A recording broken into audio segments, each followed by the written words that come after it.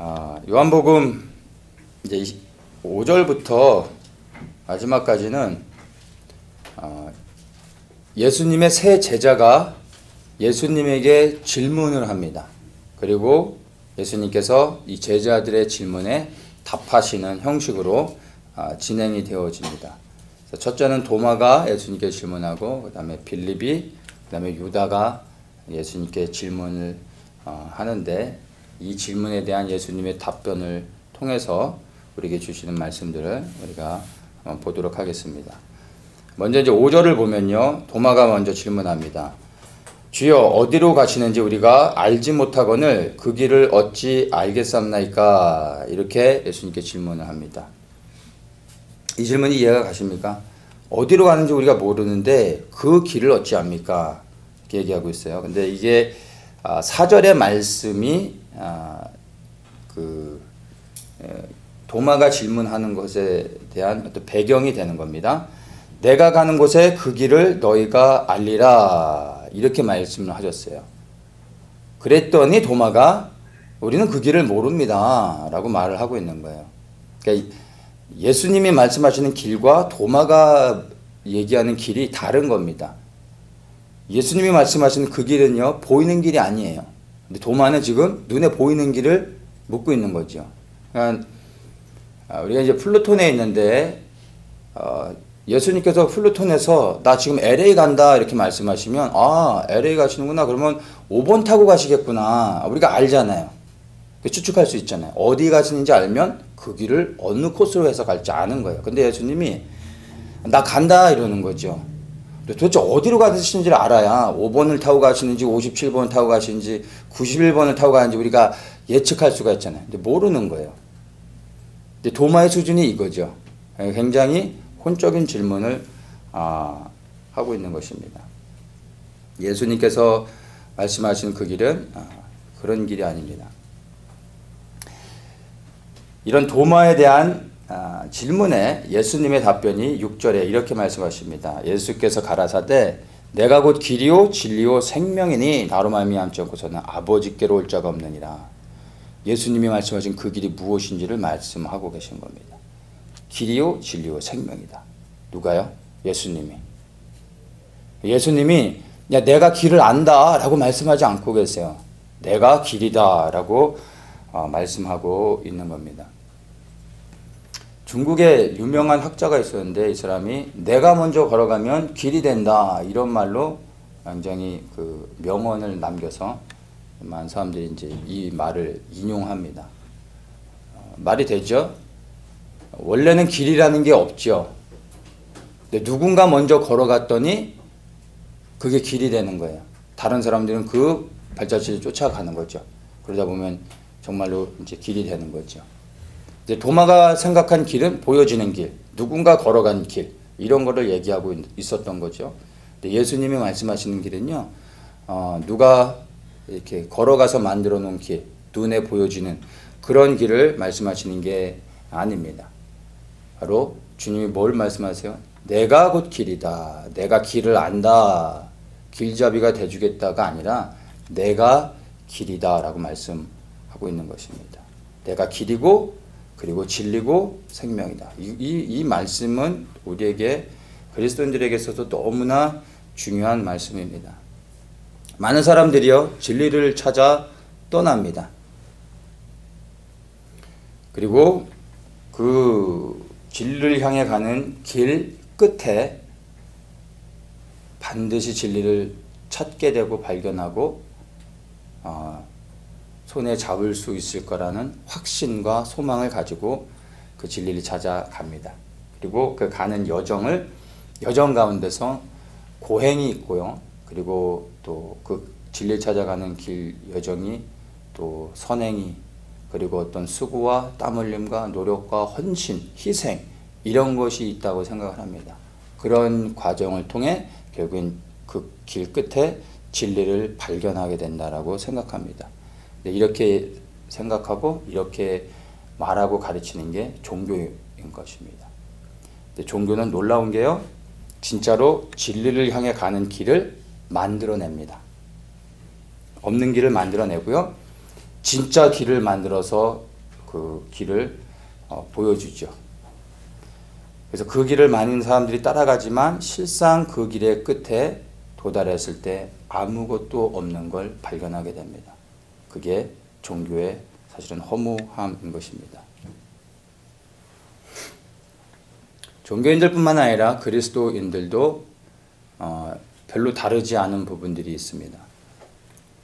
생명을 얻기 위해 뭔가 우리가 어떤 길에 들어가야 되고 어떤 코스를 따라갈 때 그럴 때 그 끝에 생명을 얻게 되는 것으로 생각하는 사람들도 있습니다. 그런데 예수님이 내가 길이다 라고 말하고 있습니다. 우리가 길을 찾아내는 게 아니고요. 예수님이 길이 되시는 거예요. 그래서 우리가 노력하고 땀 흘려서 그리고 돋보기를 가지고 그 길을 발견해내는 것이 아니라 길이 우리를 찾아와야 되는 거죠. 그 길이 우리를 찾아왔을 때 우리가 그 길을 찾게 되는 겁니다. 찾아서 찾아지는 게 아니라 길이 우리에게 와서 길이 우리에게 보여져서 우리가 찾게 되는 것입니다. 그게 예수님을 만나는 방법이죠. 길이신 예수님이 우리를 찾아오지 않으시면 우리는 일평생 길을 찾아 헤매지만 결코 그 길을 찾을 수 없습니다. 발견할 수 없는 것이죠.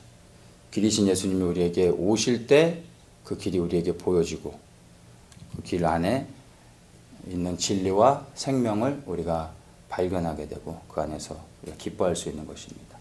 그래서 우리의 그 어떠한 수고와 노력, 헌신으로 이 생명되는 길을 찾을 수 있는 게 아니라 그 길이 직접 우리를 찾아올 때 길이 우리에게 발견되어진다는 것을 분명히 기억하셔야 됩니다. 그런데 이것이 우리에게는 너무나 큰 은혜인 거죠.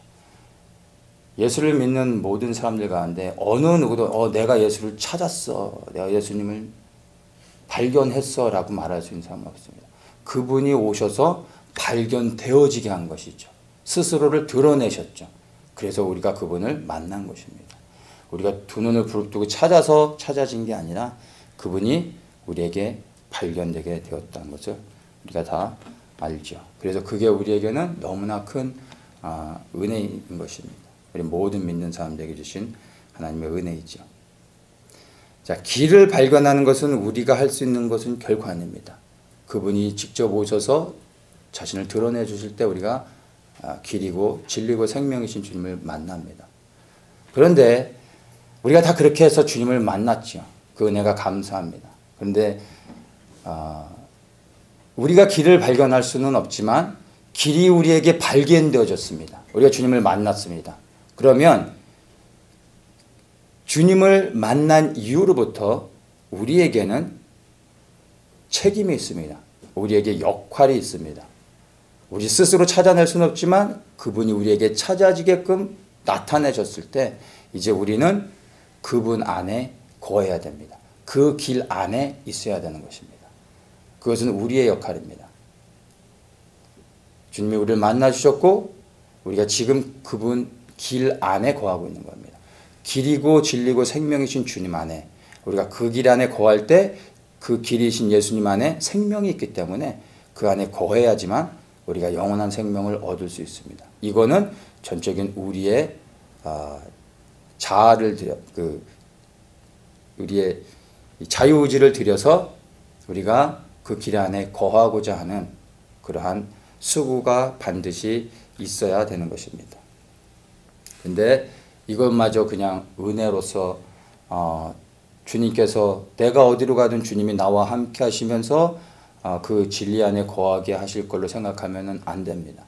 우리가 그 길이고 진리이신 생명이신 예수 그리스도 안에 거하는 노력이 반드시 있어야 되는 것입니다. 우리 스스로가 그래서 자기 자신에게 질문을 하셔야 됩니다. 나는 먼저는 주님 안에 거하고 있는가? 그 질문 전에 이거를 먼저 해야 되겠죠. 주님이 나를 찾아오셨는가? 나는 그래서 진정 그 주님을 만났는가? 이것을 여러분 곰곰이 생각해 보셔야 됩니다. 주님이 나를 찾아오셨는가? 만약 주님이 나를 찾아오시지 않았다면 그래서 정말 주님을 만나지 못했다면 여러분 즉시로 정말 기도해야 됩니다. 다른 것 때문에 부르짖어 기도하고 매달리는 게 아니라 여러분 이거를 위해 매달려야 됩니다. 주님 나를 찾아와 주십시오. 나를 만나 주십시오. 이거는 지금 당장의 문제입니다. 아주 시급한 문제입니다. 주님이 찾아오실 수 있도록 부르짖으셔야 됩니다. 그러면 부르짖는 자에게, 주님을 찾는 자에게 주님이 찾아지게 하십니다. 만나 주시죠. 그리고 이제 그 주님을 만나면 나는 주님 안에 거하고 있는가를 여러분 돌아보셔야 됩니다. 예전엔 내가 뜨거웠었지, 진하게 주님을 섬겼었지, 짜릿하게 주님을 만났지 라고 말하시면은 이거는 아주 위험한 발언이죠. 지금은 아니라는 얘기죠. 구원은 현재 진행형입니다. 구원은 지금 현재의 믿음으로 받는 겁니다. 어제 만난 주님, 그리고 어제 한 고백, 어제 한 헌신으로 구원을 받는 게 아닙니다. 내일에 대한 헌신, 그리고 결단, 이런 것으로 구원을 받을 수도 없습니다. 내일은 영원히 우리에게 오지 않습니다. 오늘 이 시간 나의 믿음으로 구원을 받는 것입니다. 그러면 지금 나는 주님을 만났는가, 그리고 내가 지금 이 시간에 주님 안에 거하고 있는가를 보셔야 되는 거예요. 그게 아니면 주님과 상관이 없어지는 것입니다. 내가 주님과 상관없을 때 주님이 오시면 여러분 무서운 일이 일어나는 것입니다. 정말 지금 이 시간에 나는 주님을 만났는가, 내가 그리고 주님 안에 거하고 있는가, 이것을 심각하게 고민해 보셔야 됩니다. 요한일서 5장 20절에 이렇게 말합니다. 또 아는 것은 하나님의 아들이 이르러 우리에게 지각을 주사 우리로 참된 자를 알게 하신 것과 또한 우리가 참된 자 곧 그의 아들 예수 그리스도 안에 있는 것이니 그는 참 하나님이시요 영생이시라. 참된 자 곧 그의 아들 예수 그리스도 안에 있는 것이니 그는 참 하나님이시요 영생이시라 말씀하고 있습니다. 예수님이 하나님이십니다. 그리고 예수님이 영생이십니다. 하나님이신 예수님 안에 영원한 생명이 있습니다. 그래서 예수님이 길이고 그 길 안에 거할 때 우리가 생명을 얻게 되는 겁니다. 그래서 늘 자신을 돌아보며 나는 주님을 만났는가? 지금 주님을 만나고 있는가? 그 주님이 내 안에 거하고 있는가? 제일 먼저 매일의 삶 속에서 이것을 점검하셔야 됩니다. 우리에게 그 어떤 것보다 제일 중요한 것은요, 내가 먼저 하나님과 1대1의 관계 안에서 주님 안에 거하는 것입니다. 내가 구원받지 못하고 주님 앞에 온전히 서 있지 못한 상태에서 다른 것을 행하는 그 모든 것들은요, 사실은 헛된 겁니다. 내가 아무리 나라 민족을 위해 기도하고 뜨겁게 하나님의 나라를 위해서 부르짖는다 하더라도 내가 주님 안에 거하고 있지 않다면 여러분 우리의 하는 기도는 그 기도가 역사할 수는 있다 할지라도 나는 주님과 상관이 없는 사람이 되어지는 것입니다. 내가 하고 있는 기도 때문에 구원을 받는 것이 아니라 내가 주님 안에 거하고 있기 때문에 주님 안에 있는 생명으로 구원을 받는 것입니다. 그래서 항상 제일 먼저 나는 주님 안에 거하고 있는지 자신을 돌아볼 수 있어야 됩니다. 자, 이제 두 번째, 빌립이 예수님께 질문을 합니다. 8절에 빌립이 가로되 주여 아버지를 우리에게 보여주옵소서 그리하면 족하겠나이다. 아버지를 보여달라고 합니다. 빌립이 몰라서 그러는 건지 아니면 정말 죽고 싶어서 그러는 건지 이것도 혼적인 질문이죠. 육을 가진 사람이 하나님을 볼 수 없고 하나님을 만약 본다면 그 육을 가진 사람이 견뎌낼 수가 없겠죠. 너무나 보고 싶은 나머지 아버지를 보여달라고 합니다. 우리는 거듭난 사람이라 할지라도 여전히 타락한 육신을 입고 있습니다. 그래서 타락한 육신을 가지고 하나님 앞에 결코 설 수가 없습니다. 아무리 영적으로 거듭났다 할지라도 우리의 육은 여전히 타락되어 있습니다. 그래서 우리가 거듭난 자로서 우리의 삶을 이제 하나님 앞에 헌신했음에도 불구하고 결단하고 하나님을 위해 살기로 저 마음 중심 가운데 다짐했는데도 불구하고 그렇게 살아가려고 노력함에도 불구하고 우리가 실패하잖아요. 넘어지잖아요. 왜냐하면 우리의 육은 여전히 타락해 있기 때문입니다. 육의 본성은 성령의 일을 거스르게 되어 있습니다. 그래서 육은 육입니다. 육은 끊임없이 육체의 본성을 쫓아갑니다. 근데 육체의 본성은 영의 일을 거스르게 되어 있죠. 우리는 영이 깨어나 거듭나 이제 하나님을 찾아 하나님께 헌신하는데 우리의 육은 늘 대적합니다. 그래서 하나님께 헌신하고 하나님을 위해 살아가려고 할수록 우리 안에 늘 곤고함이 있는 것입니다. 사도 바울이 이러한 고백을 했던 거죠. 오호라 나는 공고한 사람이로다. 여러분들이 만약에 이런 사도 바울의 고백을 마음 중심 가운데서 그 사도 바울의 고백만큼 탄식이 나오지 아니한다 할지라도 이러한 고백을 한 번도 해보지 않았다면 영이 거듭나 정말 하나님 앞에 삶을 헌신하며 주님을 위해 간절히 생명을 드리며 살고자 하는 그러한 몸부림이 없었을 수도 있습니다. 정말 주님 앞에 삶을 들여 살아가기로 헌신했다면, 그렇게 살아봤다면 여러분 사도 바울의 이 고백을 조금 이해하실 수 있을 것입니다. 우리는 끊임없이 육의 본성과 거스리는 싸움을 해야 됩니다. 그래서 주님 앞에 삶을 드리고 주님 앞에 순종하려고 할수록 이 땅에 소망을 두지 않고 그리스도가 다시 오셔서 우리의 타락한 본성이 부활의 몸으로 회복되어지는 것을 소망할 수밖에 없습니다. 이 부활은 상징이 아니라 주님께서 다시 오실 때 우리를 온전한 부활의 몸으로 입혀주실 것입니다. 그때는 영과 혼과 육이 완전한 변화를 이루고 타락한 육신이 아니요 변화되어져서 하나님 앞에 설 수 있는 온전한 육체를 입게 될 것입니다. 그때는 우리 여자분들은 주름도 없는 기미도 하나 없는 가장 아름다운 모습으로 변화되겠죠. 저 같은 사람은 머리숱도 이제 가장 많았을 때의 모습으로 변화되지 않을까 기대를 할 수 있는 겁니다. 그때는 육신만 회복될 뿐만 아니라 영혼육의 온전함으로 비로소 하나님을 볼 수 있게 되는 겁니다. 그 전까지는 우리가 하나님을 볼 수는 없습니다. 자, 이제 이러한 빌립의 질문에 대해서 예수님께서 이렇게 답변하십니다. 빌립아, 내가 이렇게 오래 너희와 함께 있으되 내가 나를 알지 못하느냐? 나를 본 자는 아버지를 보았거늘 어찌하여 아버지를 보이라 하느냐? 나를 본 자는 아버지를 보았다. 이렇게 이제 말을 하고 있습니다. 예수님을 보면 아버지를 본 것입니다. 여기서 이렇게 말씀하실 때 빌립이 이해하지 못했던 게 있습니다.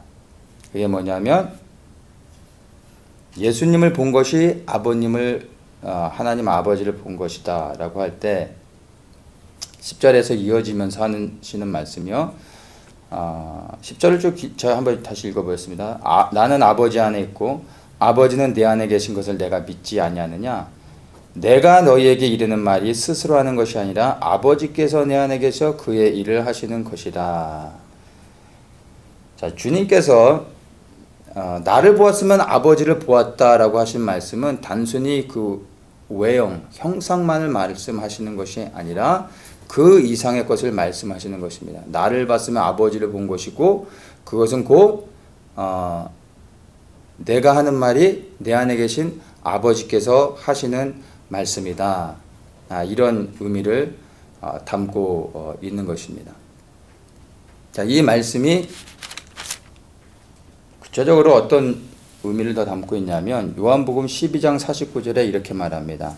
내가 내 자의로 말한 것이 아니요 나를 보내신 아버지께서 나의 말할 것과 나의 이를 것을 친히 명령하여 주셨으니 이렇게 말씀하십니다. 그러니까 예수님께서 말씀하신 모든 한마디 한마디가 예수님이 자의적으로 말씀하신 게 아니라 그 모든 말씀이 다 아버지로부터 왔다고 말씀하고 계세요. 그래서 이 땅에 육을 입고 살아가시면서 예수님이 하신 모든 말씀은 다 아버지의 말씀이었던 겁니다. 그래서 예수님의 말씀에 생명이 있고 예수님의 말씀을 통해 우리가 구원을 얻는 것입니다.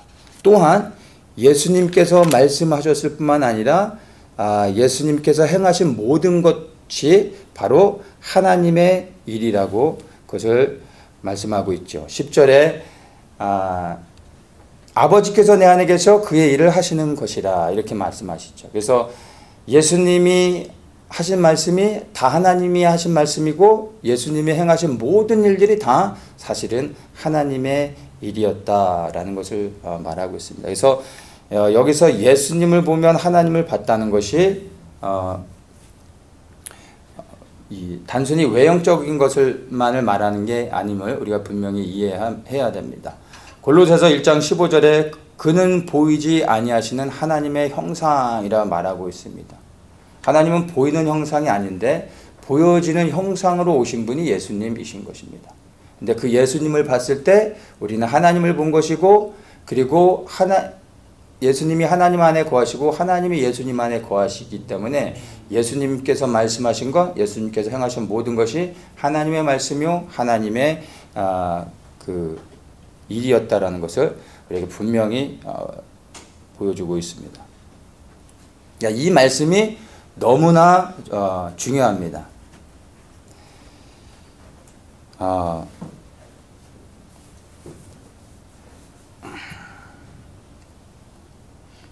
20절에 보면은 이런 말이 있습니다. 그날에는 내가 아버지 안에 너희가 내 안에 내가 너희 안에 있다. 이 말씀을 하시죠.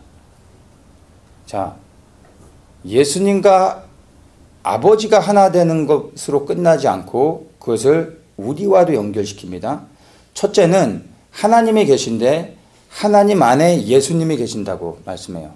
그리고 우리는 예수님 안에 거한다고 말하고 있습니다. 그러니까 하나님이 계시고 그 안에 예수님이 계시고 예수님 안에 우리가 있는 겁니다. 그래서 우리가 하나님의 생명을 받고 구원을 얻게 되는 겁니다.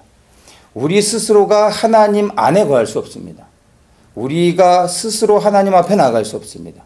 오직 예수 그리스도를 통하여서만 하나님께 가고 그럴 때 구원을 얻게 되는 것이죠.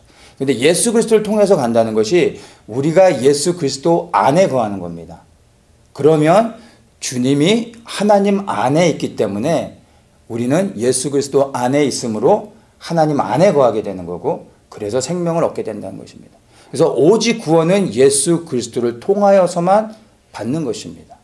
그래서 우리는 이 땅을 살아가면서 오직 예수 그리스도 뜻 안에 순종하며 그리스도의 말씀 가운데 거하며 살아가야 됩니다. 그것이 하나님 안에 거할 수 있는 유일한 방법이신 겁니다. 방법인 것을 우리가 반드시 기억해야 되는 것입니다. 내가 아버지 안에 예수님이 하시는 말씀이요. 그리고 너희가 내 안에 그러면 내가 너희 안에 이 말씀을 반드시 기억해야 됩니다. 나는 주님 안에 거하고 있는가? 이게 우리의 매일의 삶 속에 순간순간의 질문이 되어져야 되는 것입니다. 어제 거했던 것으로 구원을 받지 않습니다. 내일 거할 거라는 결단으로 구원받는 게 아닙니다. 지금 이 순간 나는 그리스도 안에 거하고 있는가? 지금 내가 그리스도 안에 거하지 않고 있으면 나는 구원과 상관이 없는 사람이 되어지는 겁니다. 매 순간 나는 하나님 안에 예수 그리스도 안에 거하고 있는가를 점검해 보셔야 됩니다. 여기 있는 한 분 한 분이 다 우리는 주님 안에 거하고 있다고 소망하고 또 그렇게 헌신하고 그런 삶을 드리고 살아가고 있는 줄 믿습니다. 내가 주님 안에 거하고 있는지를 확인해야 되는데 그것을 어떻게 확인할 수 있습니까? 예수님께서 아버지 안에 거하셨다고 말씀해요. 그래서 그분이 하시는 모든 말씀이 아버지의 말씀이었고 아버지의 뜻을 행했다고 말씀하고 있어요. 그러면 우리가 주님 안에 거하고 있는지를 확인하기 위해 우리의 말을 들어보면 아는 겁니다.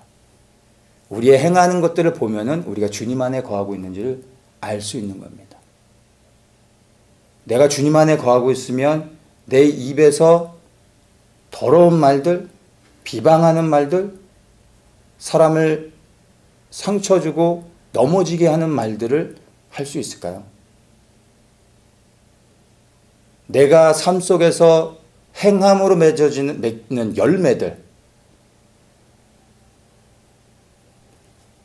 주님이 내 안에 거하실 때 내가 행하는 것을 통해 맺혀지는 열매들이 사람을 세우고 있는지, 하나님을 기쁘시게 하고 있는지 우리 스스로도 분명히 볼 수 있습니다. 누가 분별해 주지 않아도 우리가 분명히 볼 수 있습니다. 그럼 나의 말을 통해, 나의 행함을 통해 내가 주님 안에 거하고 있는지를 여러분 스스로가 점검하셔야 됩니다. 그렇지 않다면 내 안에서 주님이 기뻐하시는 말씀하지 않고 있고 주님이 기뻐하시는 일들을 행하고 있지 않다면 주님 안에 거하고 있지 않은 것입니다. 주님 안에 거하지 않는다는 것은 생명을, 그리스도 안에 있는 생명을 얻지 못하는 것입니다. 그래서 반드시 기억하며 우리의 문제를 돌아볼 수 있어야 됩니다.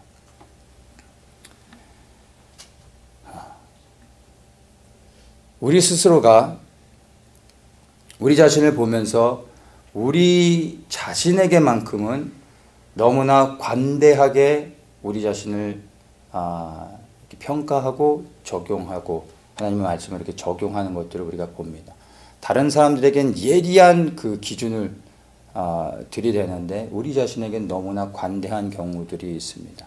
어떻게 우리가 하는 모든 말이, 우리가 예수님도 아닌데 어떻게 우리 안에서 하는 모든 말이 어떻게 예수님의 말씀이 될 수 있겠습니까?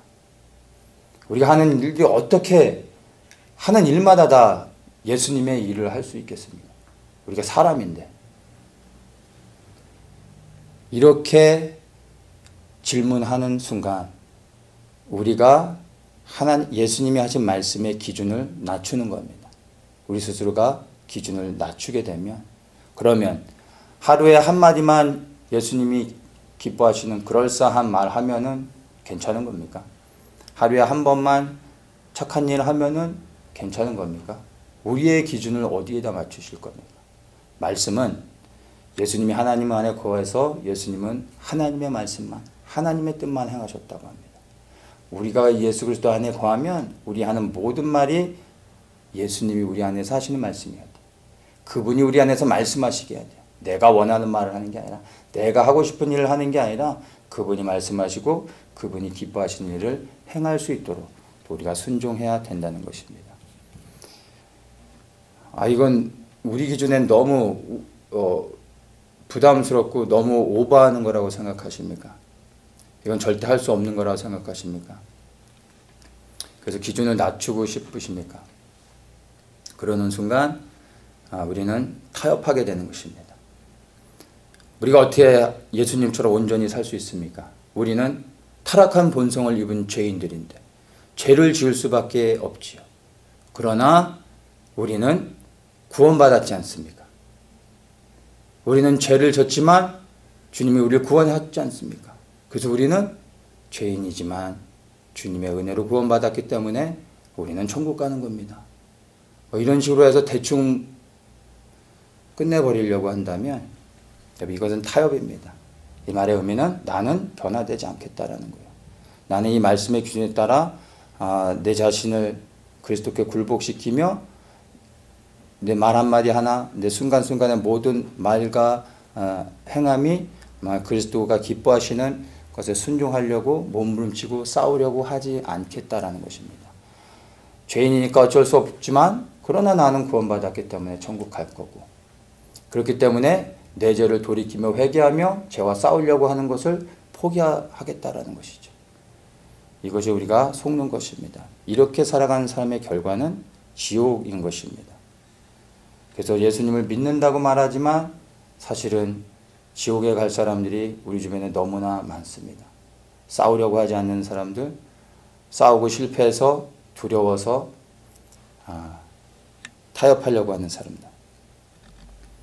예수님을 정말 믿는다면 우리가 온전하지 못하지만 여전히 주님 앞에 순종하며 나아가며 싸울 수 있어야 됩니다. 중요한 것은요, 우리가 죄를 진다 할지라도, 넘어진다 할지라도 주님께서 우리를 즉시 심판하고 버리지 아니하십니다. 우리가 죄를 져도요, 감사한 것은 성령님이 즉시 떠나지 않으신다는 겁니다. 우리 안에 여전히 거하고 계신다는 겁니다. 그게 놀라운 하나님의 은혜인 것이죠. 만약 우리가 죄를 짓는 순간 성령님께서 우리를 떠난다면 우리는 죄에서 돌이킬 수 없습니다. 회개할 수 없습니다. 그리고 우리는 심판을 받게 됩니다. 그런데 여전히 우리가 죄를 지었음에도 불구하고 넘어지고 실패했음에도 불구하고 성령님은 우리 안에 거하십니다. 그게 은혜인 겁니다. 그래서 우리의 죄를 깨닫게 하시고 돌이키게 하고 회개케 하십니다. 그때 주시는 성령의 음성에 순종하며 우리는 죄를 졌을 때 성령께서 우리 마음을 찌르시고 돌이켜 회개할 때 무릎 꿇어 기도해야 됩니다. 다윗은 범죄했지만 성령이 여전히 그 안에 계셨고 나단을 통해 말씀하실 때 다윗은 순종했습니다. 그래서 그 죄를 돌이키고 구원을 얻었습니다. 만약 성령님이 다윗을 떠났다면 다윗은 나단이 책망해도 돌이키지 않았을 것입니다. 나는 왕인데 죄는 다 짓는 건데 이렇게 만약 생각했다면 다윗은 심판을 받고 지옥에 갔을 것입니다. 그냥 성령이 그를 떠나지 않으셨고 나단의 책망을 통해 다윗은 하나님께 죄를 회개하며 나아갔습니다. 그리고 그는 죄사함을 받고 다시 동일한 죄를 반복하지 않고 그 죄와 싸우며 이기고 하나님의 부르심을 감당했던 것을 봅니다. 우리는 넘어질 겁니다. 실패할 겁니다. 우리의 결단과 다르게 우리는 하나님 앞에서 범죄할 수 있습니다. 그러나 여러분, 주님이 우리에게 말씀하시고 돌이켜 회개할 기회를 주실 때 나는 구원받았어, 그러니까 상관없어 하고 외면하는 것이 아니라 책망하실 때 무릎 꿇고 기도하고 회개하며 다시 하나님 앞에 나아가며 또 그 죄와 싸워서 몸부림치며 나아가려고 하는 그러한 모습이 반드시 있어야 되는 것입니다. 그럴 때 주님께서 우리로 하여금 이제 영적인 싸움에 근성을 갖게 하시고 죄와 싸워 이길 수 있는 힘과 능력을 우리 가운데 부어주실 것을 믿습니다. 그래서 정말 우리가 예수님을 믿고 사랑하고 주님 안에 거하고 있다면 우리의 모든 말과 행함에 정말로 우리를 통해 예수님의 기뻐하시는 말씀과 그리고 기뻐하시는 일들을 행할 수 있도록 여러분 그 일들을 위해 기도하며 싸우며 나아가셔야 되는 겁니다. 15절에 너희가 나를 사랑하면 나의 계명을 지키리라 말씀하고 있습니다. 우리가 정말 예수님을 사랑한다면 그분의 말씀에 순종하게 되어 있습니다. 그래서 주님을 사랑한다고 말하지 마시고 내가 주님 앞에 얼마나 순종하고 있는지를 돌아보셔야 돼요. 그러면 내가 주님을 얼마나 사랑하고 있는지를 알 수 있는 것입니다. 말하기 이전에 나는 정말 얼마나 주님 앞에 순종하고 있는지 여러분 스스로를 점검하고 돌아보는 그런 은혜가 있기를 원합니다. 21절에 25절과 연결해서 말씀하죠. 나의 계명을 가지고 지키는 자라 나를 사랑하는 자니. 그러면 나를 사랑하는 자는 내 아버지께 사랑을 받을 것이요 나도 그를 사랑하여 그에게 나를 나타내리라. 여러분 주님을 사랑해서 주님께 순종하는 자를 하나님이 기뻐하십니다. 하나님이 기뻐하시는 것이 곧 구원을 얻는 것입니다.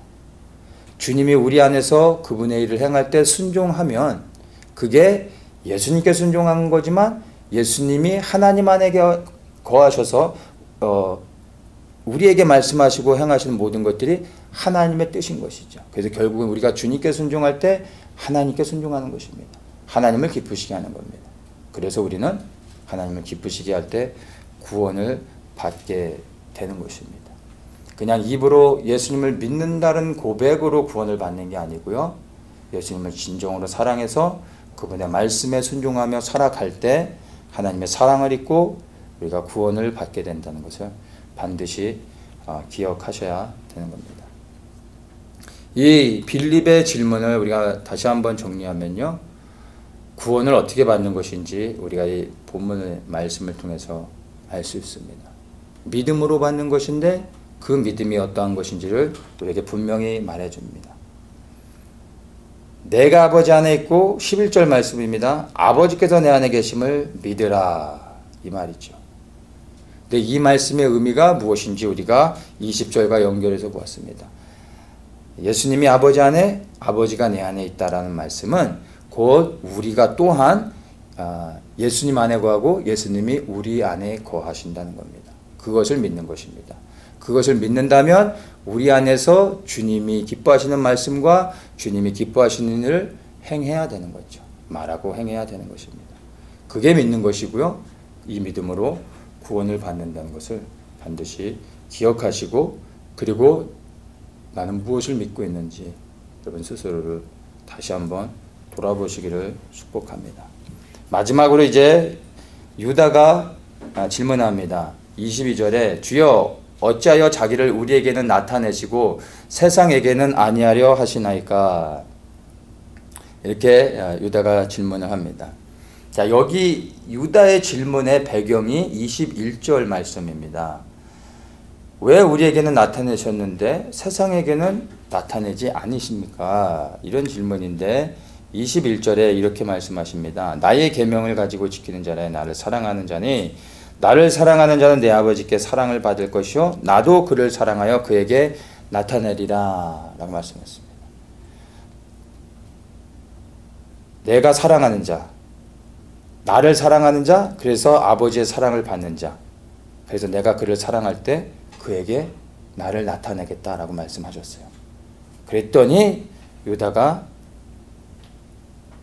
우리에게 나타내셨는데 왜 세상에게는 나타나지 않습니까? 이렇게 질문을 한 겁니다. 사실 21절 자체의 질문에 대한 답이 있는데 23절에 이렇게 말씀하십니다. 사람이 나를 사랑하면 내 말을 지키리니 내 아버지께서 저를 사랑하실 것이요 우리가 저에게 와서 거처를 저와 함께 하리라 이렇게 말씀하고 있습니다. 저에게 와서 거처를 함께 하겠다. 이 말씀은 곧 내가 사랑하는 자에게 나를 나타내는 것이다.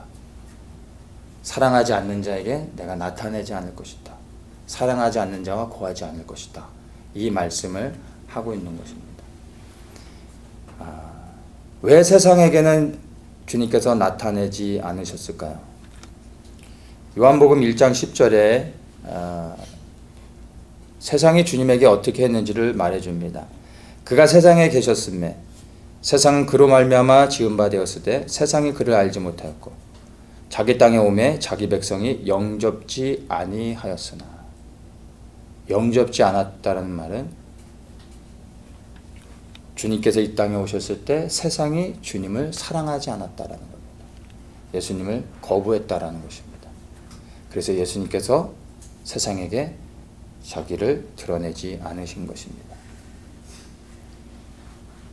잠언 8장 17절에 나를 사랑하는 자들이 나의 사랑을 입으며 나를 간절히 찾는 자가 나를 만날 것이다 라고 말씀하고 계십니다.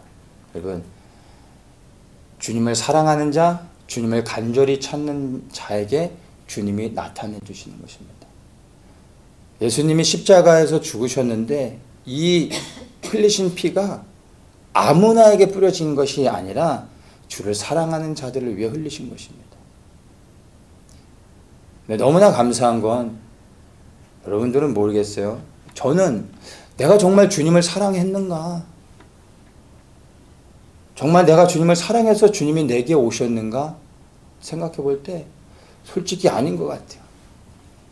근데 주님이 사랑하는 자에게 자신을 나타낸다고 말씀하셨죠. 저는 그렇게 주님을 사랑하지 않았던 것 같은데 아니 저는 주님이 누군지 모르고 죄 가운데 살아가고 있었죠. 주님이 저를 사랑해서 오셨어요. 이걸 생각할 때 너무나 감사한 거죠. 그분이 저를 만나주시지 않고 영원토록 저에게 숨으셨어도 저는 할 말이 없는 거예요. 근데 그분이 저를 사랑하셔서 먼저 찾아오셨고 저를 만나주셔서 저를 구원해 주셨다는 게 이게 얼마나 큰 감사요 은혜인지 모릅니다. 홍해가 갈라지는 기적보다 더 큰 기적이요 그분이 우리를 찾아오셨다는 거예요. 사실 우리가 그분을 사랑하지도 않았는데 그분이 우리를 사랑하셔서 먼저 찾아와 주셔서 우리를 만나 주셨다는 겁니다.